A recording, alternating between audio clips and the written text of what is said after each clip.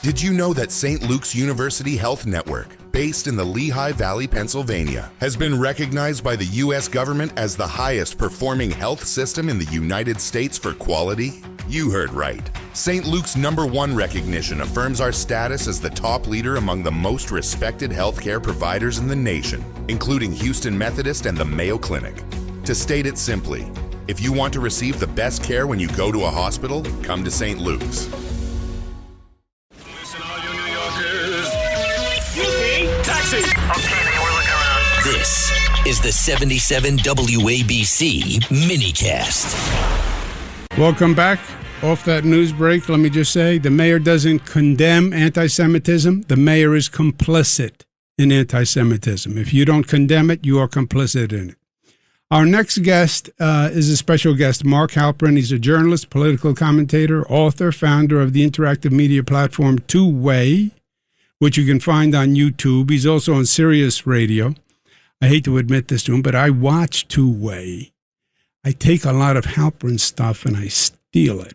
And I don't tell people that I took it. And then I tell my brother Chris that it's my ideas, and he says it on his news show. So it's all Halperin stolen material. He is really, they're political experts, analysts. I've been around for a long time.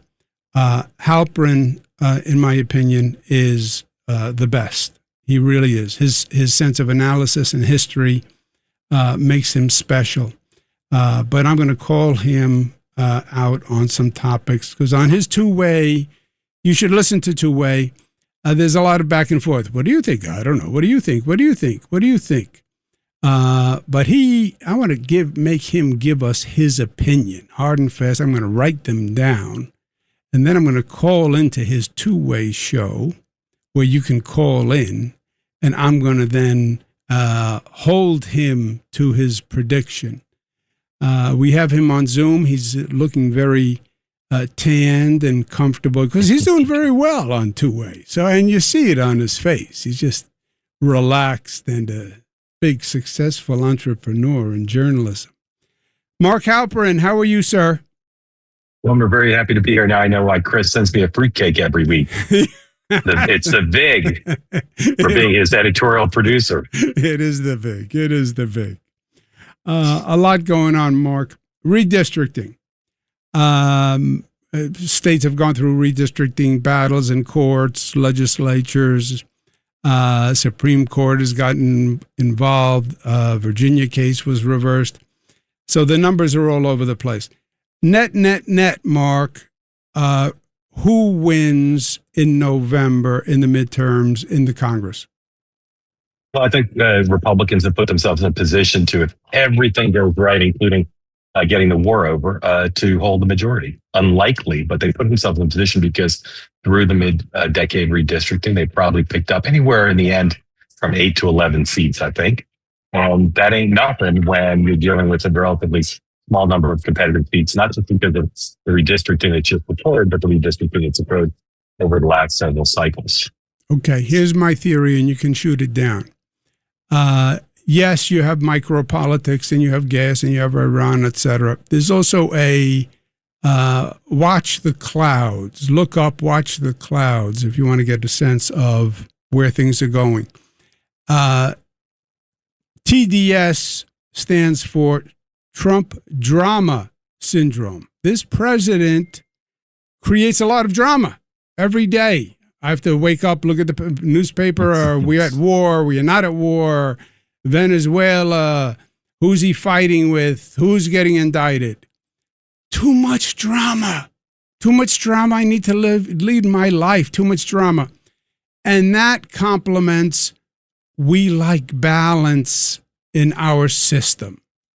And President Trump, probably more than any president I can remember, has evidenced the lack of any balance, check and balance. The Republican Party, genuflex. The Democrats are basically impotent to deal with him. We want balance. Elect Democratic Congress people. At least we'll have some balance back, maybe reduce the drama. What do you think? no doubt that will be, even if Democrats don't lift a finger to drive that message, there's no doubt there's a very large percentage of the country who would like to see a check on Donald Trump, and they've liked that for a decade. I think that the issue is Republicans will not, if they can change it, let this be a referendum election on Donald Trump. They want to make it a choice election, and your party has some weaknesses, not just in terms of brand, which it does, but in terms of some individual races. So you take Maine, Senate race, a must-win race for the Democratic Party. Graham Plattner has some problems with his brand. He's the de facto Democratic nominee. And Graham Plattner would say, yes, Andrew Cuomo's right. There needs to be a check on Donald Trump. Donald Trump's too much drama. But Susan Collins, the Republican incumbent, is going to say a different thing. She's going to say Maine shouldn't be represented by this guy because of his past controversial statements and his liberal positions. So you're right. If this is a referendum and the theme you cite makes it a strong referendum on the incumbent party, but that's not the way the Republicans are going to frame it. They'll have tens of millions, hundreds of millions to try to make it a referendum, not a referendum, but a choice. Yeah. My analysis is the Republicans are going to have to lose. People are going to have to vote against President Trump's domination because I think the Democrats' current energy around socialism, tax the rich, anti-Israel, no kings, fringe views that are attracting fringe candidates. Yeah, you can win mayor of New York City with a socialist/communist.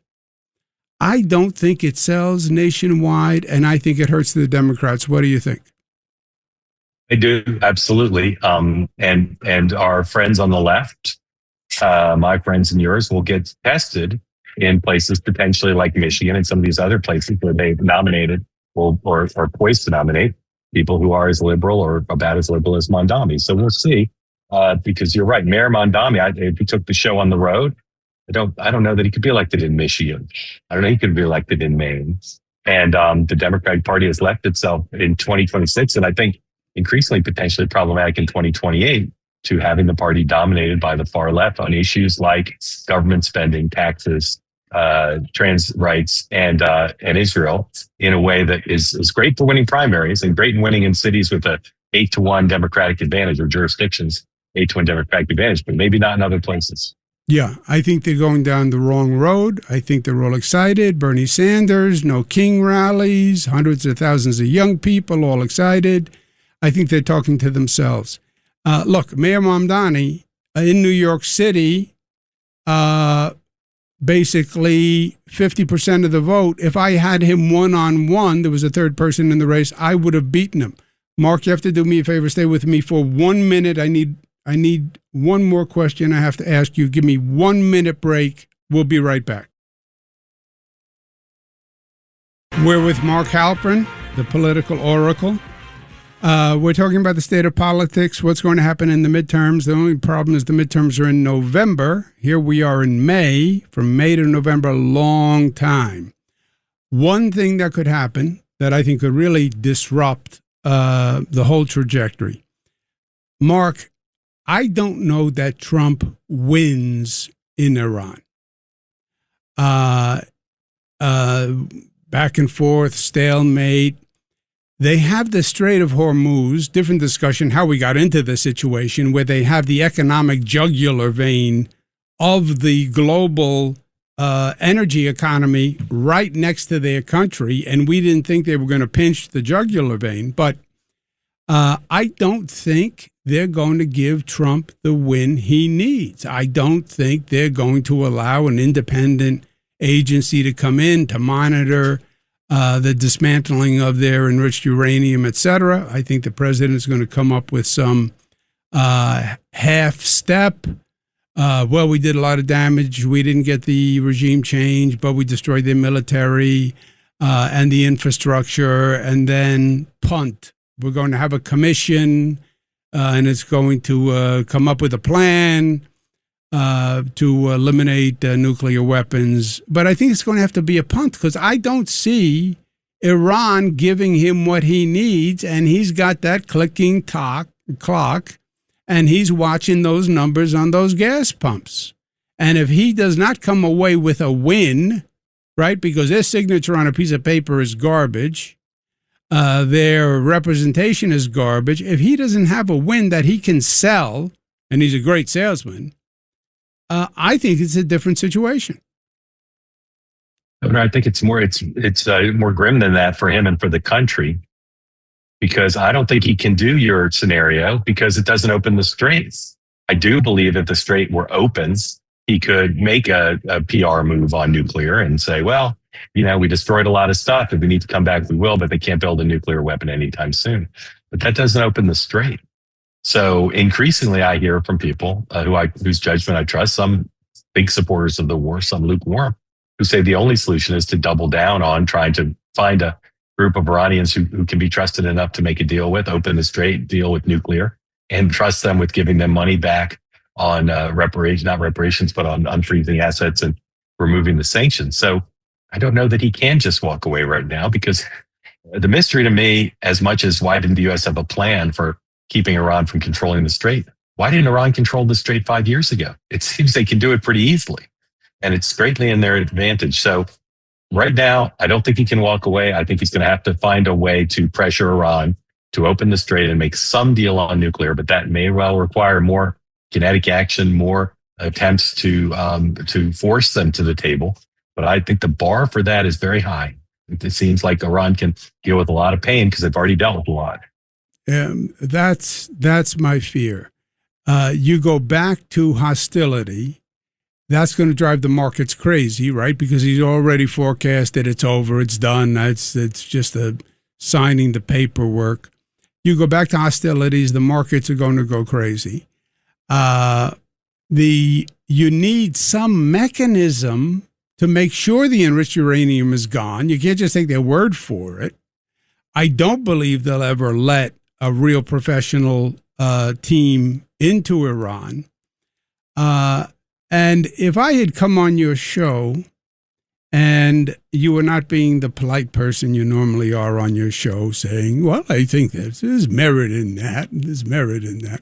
And I said, one of the greatest military blunders in modern political history, the president got really bad advice when no one said, hold on, we light a firecracker in Iran, they're going to close that Strait of Hormuz, and you're going to have the oil flow to much of the globe stopped.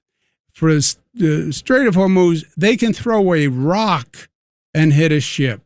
And with the new drones, $20,000 drone, $30,000 drone, I don't care that you destroyed their military. Someone in their backyard with a video camera can send a $30,000 drone and do significant damage. How did they get into this situation? Of course they were going to close the Strait of Hormuz. Well, there is one pressure point that relates to oil that the president and Scott Bassett and others have touted now for about a month, which is the notion that Iran is going to run out of room to store oil. And besides the fact that they're losing the revenue by not being able to sell it, that the oil production facilities break to the point where they can't be fixed if they have to turn them off to stop them from pumping oil because there's nowhere to put the oil. That's one pressure point that, again, they've been telling us is right around the corner for a month. Maybe they'll eventually be right. I keep predicting I'm going to lose 30 pounds. Maybe eventually I will. Haven't so far, and they haven't run out of room for the oil yet, or at least not in the way we know. So there's a pressure point there. And again, there may be a pressure point with more bombing, more missiles. But for now, you've asked the right question, and the president bristles when he hears folks raise it. But this couldn't have been something that they should have foreseen. This as a possibility. Iran has withstood lots of hardships. The Iranian government has a great command and control, even in the third tier, and controlling the strait seemed to be effortless for them. So this should have been anticipated, and the president's claims notwithstanding, a lot of tactical wins doesn't lead to a strategic win. And right now, the president's going to have to figure out something different because the status quo ain't working. It is not working, and My instinct is they have a greater appetite for economic pain than we do. They are zealots. Yeah. They are zealots. I don't want to pay $75 to fill my gas tank. I don't want to do that. And that pain Americans feel, and Iran is a long way away. And I understand we don't want to give them nuclear weapons, but I don't want to pay $75 at the gas pump. And I think that pressure on the president is greater than Iran's ability as zealots, religious zealots, to hold on longer than we. They can endure more economic pain than we can. Seems that way. I mean, I hope we're both wrong. I hope somehow the president brings them to the negotiating table in a real way. The problem is the only way you succeed in a negotiation like this is two factors: trust, and there's no trust between the parties here, or one side feels they have to make a deal because they're under such duress. And again, in game theory, you'd probably say the Iranian government be waving the white flag, but these people went through multiple years in the Iran-Iraq war. They've seen their leadership, multiple levels of their leadership wiped out. They're under extraordinary economic pressure. They were before the war started, and yet here they are on social media and in the negotiations, basically saying to Uncle Sam, our way or the highway. So let's hope the president can figure it out. But I share your view that this seemed poorly thought through, and there's no great way out right now. But he's got to find a way out, not just because of the politics of the midterms, but because the U.S. military can't sit there forever with the ceasefire. Can't. Yeah, 100%. And look, don't get us wrong. I know Mark. I've listened to him. We both want the president to be successful. We want the United States to win. We want this nuclear threat to be ended once and for all. We've lived with it for decades. But it's tricky to come out with a full win, a so-called punt, a political punt I can see. But if he doesn't come back with a win, I think the midterms could look really different, even for the Republicans, to explain why they stood with him with this war, no declaration. That could be a major, major issue. Yeah, and I think the opposite's true though too. If he's able to end the war successfully, I think it will be a pretty embarrassing thing for the Democratic Party, who almost to a person has opposed what the president's done. 100%. Except the Democrats will never say he won. They will find the loopholes in the agreement, right? We'll see. That's what Democrats, we love loopholes. Mark Halperin, congratulations. Congratulations on two-way. I enjoy it. I know thousands of other people enjoy it. It's smart. It's informative. It's honest. It's honest. And you know what people need? Honesty and authenticity. I don't want to hear a talking head tell me what I want to hear. I want a smart head that tells me the truth. And you are a truth teller. Go. Grateful to you. Grateful to you. Thank you for hosting me. Thank you for your kind words about two-way. Thank you. My pleasure. I'll see you soon. Mark Halperin, thank you.